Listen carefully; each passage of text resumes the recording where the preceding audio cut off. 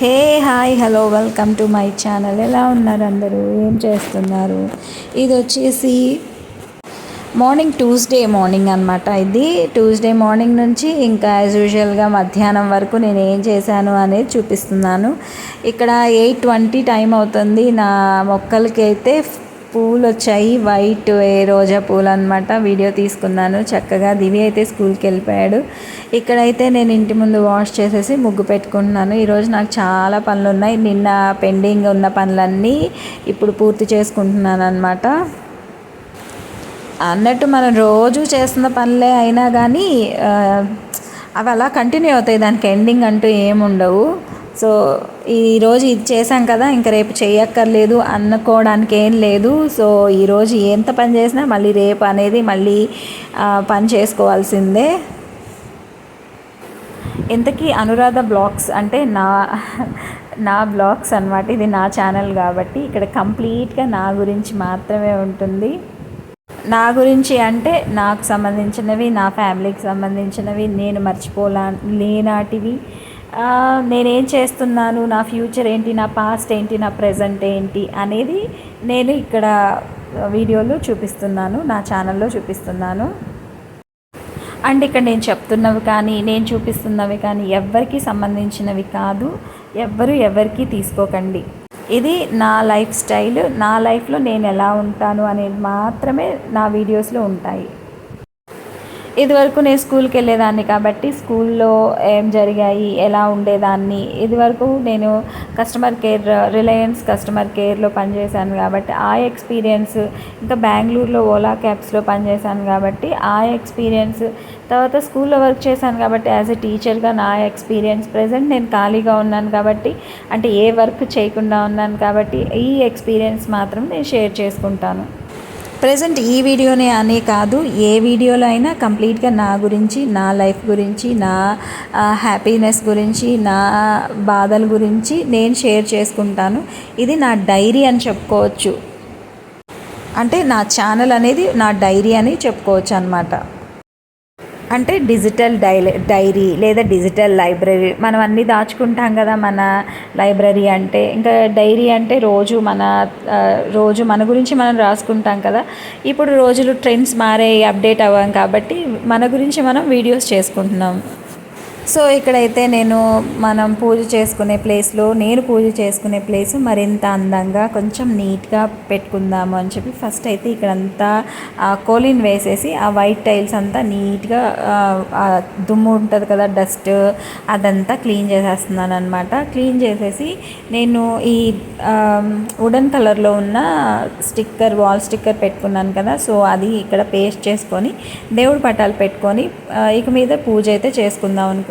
దీనివల్ల ఆ tiles black అవ్వవు, నీట్గా ఉంటాయి.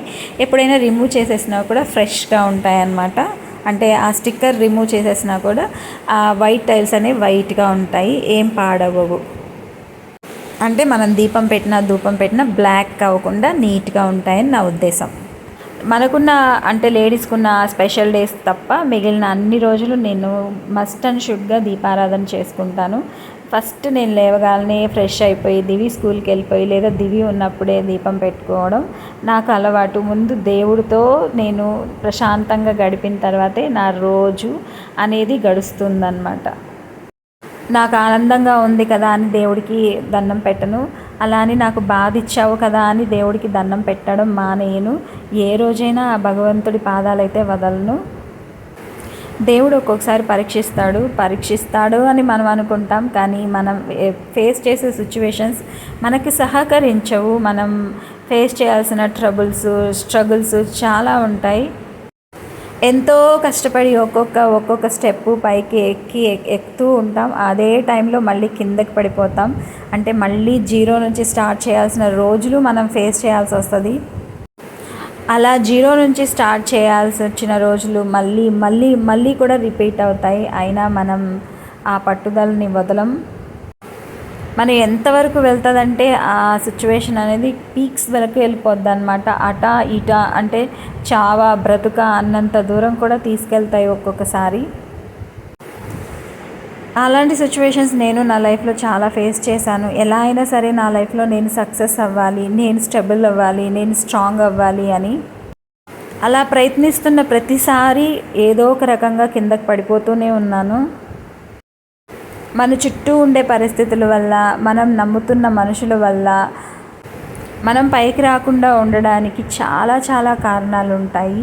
కానీ అలాంటప్పుడే మనం హోప్ని వదలకూడదు, మన ఎయిమ్ని మనం వదిలిపెట్టకూడదు, గివప్ ఇవ్వకూడదు. ఫెయిల్యూర్స్ ఆర్ స్టెప్పింగ్ స్టోన్స్ అంటారు కదా, అంటే ఇలాంటి ఫెయిల్యూర్స్ స్టెప్పింగ్ స్టోన్స్ అనేవి మన పాస్ట్లో ఎన్నో నిదర్శనాలు ఉన్నాయి, ఎంతోమంది జీవిత కథలు ఉన్నాయి. ఎంతోమంది ఫెయిల్యూర్స్ అయ్యి స్టార్టింగ్లో వాళ్ళు సక్సెస్ అయ్యారు. వాళ్ళని ఆదర్శంగా తీసుకోవాలి. మనం ఓడిపోయామని మన ఓటమిని చూసి నవ్వుకునే వాళ్ళు మన చుట్టూ చాలామంది ఉంటారు. వాళ్ళందరినీ కేర్ చేయకూడదు. ప్రతి ఒక్కరి జీవితం సక్సెస్లో నడవదు. ఎన్నో ఫెయిల్యూర్స్ దాటుకొని వాళ్ళు కూడా సక్సెస్ అవుతారు. ఇదంతా ఎందుకు చెప్తున్నావు అని అనుకోకండి, నేను మీకు చెప్తూ నన్ను నేను మోటివేట్ చేసుకుంటున్నాను. మా నాన్నగారి ఆఖరి స్టేజ్ అనమాట. మా నాన్నగారు హెల్త్ బాగోలేక చనిపోయారు. పారాలసిస్ అంటే బ్రెయిన్ పారాలసిస్ వచ్చింది. ఆ టైంలో మా అమ్మ చాలా బాధపడింది. యాక్చువల్గా అప్పటికి మా అమ్మగారికి కూడా హార్ట్ ప్రాబ్లం ఉంది. సో అప్పుడు మా అమ్మ చాలా బాధపడిపోయారు. నేను మీకేం చేయలేకపోయామని ఆ టైంలో మా అమ్మ మా నాన్న ఇద్దరు చాలా బాధపడ్డారు. అప్పుడు మేము ఒకటే చెప్పాము, మమ్మల్ని చదివిపించారు చాలు, మీరు మాకేం చేయక్కర్లేదు, ఆ చదివే మమ్మల్ని నిలబెడుతుంది అని. నిజం చెప్తున్నాను కదా, చిమ్మ చీకటిలో కూడా వెలుతునిచ్చేది మనకున్న చదువు మాత్రమే. నేను ఎమోషనల్ అవుతున్నా కూడా చెప్తున్నాను, చదువు చాలా ఇంపార్టెంట్ ప్రతి ఒక్కరి లైఫ్లో. మనం చదువుకుంటే మన జీవితం వెలుగులోకి వస్తుంది. మనతో పాటు మన చుట్టుపక్కల ఉన్న వాళ్ళ జీవితాల్లో కూడా వెలుగు వస్తుంది. ఆ వెలుగు నింపేది మనకున్న ఆ చదువు మాత్రమే. చదువుకోవాలి, అందరూ చదువుకోవాలి. స్టడీస్ని ఎప్పుడూ నెగ్లెక్ట్ చేయకూడదు. స్టడీస్ అనేవి చాలా ఇంపార్టెంట్ మన లైఫ్కి. అది గర్ల్స్ అయినా బాయ్స్ అయినా. మనకు ఉన్న చదువు ఇచ్చే కాన్ఫిడెన్స్ ఏ ఆస్తిపాస్తులు ఇవ్వవు, ఏ ప్రాఫిట్స్, ఏ అసెట్స్, ఏ బ్యాంక్ బ్యాలెన్స్ కూడా ఇవ్వదు. మనం చదువుకోవడం వల్ల మనకు వచ్చే కాన్ఫిడెన్స్. నేను ఒప్పుకుంటాను, డబ్బులు లేకపోతే లైఫ్ కొంచెం కష్టంగానే ఉంటుంది. కానీ కాదన్ను, డబ్బు కూడా ఇంపార్టెంటే. కానీ మనం చదువుకుంటే ఆ డబ్బు ఆ చదువే సంపాదిస్తుంది. ఆ చదువే మనల్ని బ్రతికిస్తుంది. ఆ చదువే మనకు వెలుగునిస్తుంది. ఎవ్వరూ లేనప్పుడు కూడా ఆ చదువు నేను నీ పక్కన ఉన్నాను, నడువు ముందుకి అని మనల్ని నడిపిస్తుంది. ఇంకా మనకున్న జ్ఞానం ఎక్కడ మాట్లాడాలో నేర్పిస్తుంది, ఎక్కడ ఊరుకోవాలో నేర్పిస్తుంది, ఎక్కడ అడ్జస్ట్ అవ్వాలో నేర్పిస్తుంది, ఎక్కడ ఎప్పుడు ఎలా మెలగాలో నేర్పిస్తుంది. ఆ జ్ఞానం మనకున్న చదువు. ఈరోజు ఆర్థికంగా ఇబ్బందులు పడుతూనే ఉండొచ్చు, కాదనకపోవచ్చు. కానీ ఏదో ఒక రోజు మనం నిల్చుకునే రోజు ఖచ్చితంగా వస్తుంది. మనం అనుకునే సక్సెస్ ఖచ్చితంగా సాధించే రోజు ఖచ్చితంగా వస్తుంది మన లైఫ్లో ఏదో ఒక రోజు. We never ever should not leave the hope. ఇలా నేను మార్నింగ్ నుంచి ఇంకా ఈవినింగ్ వరకు ఏం చేశాను అనేది చూపించాను వీడియోలో. నెక్స్ట్ అయితే ఫైనల్గా దివి స్కూల్ నుంచి వచ్చేసాడు. ఇక్కడ ఒక సాంగ్, వాళ్ళకి డ్యాన్స్ క్లాస్ జరుగుతుందంట. ఆ చికిరి సాంగ్కి స్టెప్స్ నేర్పించారు. సో ఫైనల్గా ఆ స్టెప్స్ వేసి చూపించాడు అనమాట. బాగానే చేశాడు, ఓకే అనిపించింది నాకు. సో ఆ తర్వాత ఇంకా పిల్లలు అయితే ట్యూషన్కి వచ్చేసారు. ఇంకా ట్యూషన్ అయిపోయిన తర్వాత 7:30కి పిల్లలు స్కూల్ నుంచి వెళ్ళిపోతారనమాట.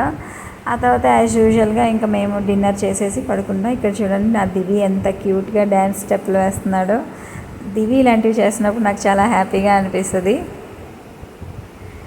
ఇక మీకు నేను చెప్పిన విషయాలన్నీ అర్థమయ్యాయి అనుకుంటాను. నేను చేస్తున్న వీడియో నచ్చింది అనుకుంటున్నాను. ఛానల్ సబ్స్క్రైబ్ చేసుకోండి ఎవరైనా కొత్తగా చూస్తున్నట్లయితే.